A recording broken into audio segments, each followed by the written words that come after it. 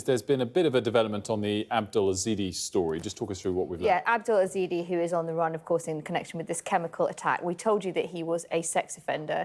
We have just got the details through from the Crown Prosecution Service, and they tell us that in January 2018, he was sentenced at Newcastle Crown Court after pleading guilty to one charge of sexual assault and one separate charge of exposure, and he was given a 9-week jail term, suspended for 2 years, so didn't go to jail at that stage.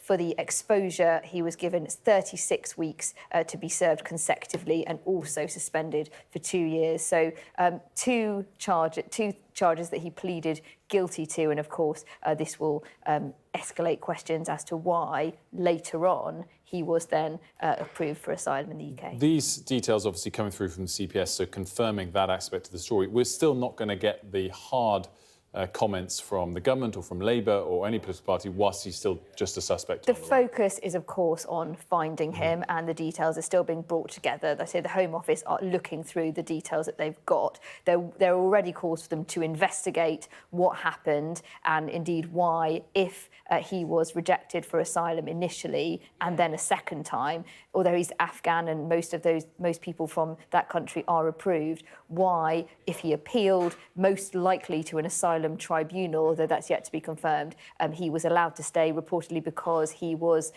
we understand, because he said he'd converted to Christianity, something that the former Immigration Minister Robert Jenrick has said this morning is a problem that these tribunals come up against. Just finally, Tamara, I thought Trevor said something really interesting earlier, that takes certain stories to cut through and elevate a topic higher on the political agenda.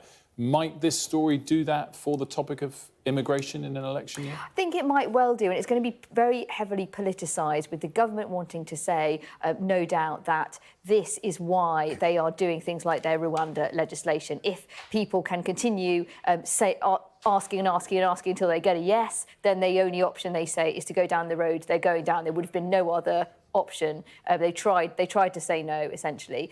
But I think you'll get Labour and other critics saying, look, they should have done more to prevent this happening. And you'll get others saying, look, this is not actually a huge amount to do with his migration status. It's more to do with violence against women and girls. So, look, all sides are going to try to politicise this. Yes, it could be a moment for the Conservatives and their immigration policy, but we're already seeing a Tory backlash there as well, saying perhaps these proposals don't go far enough.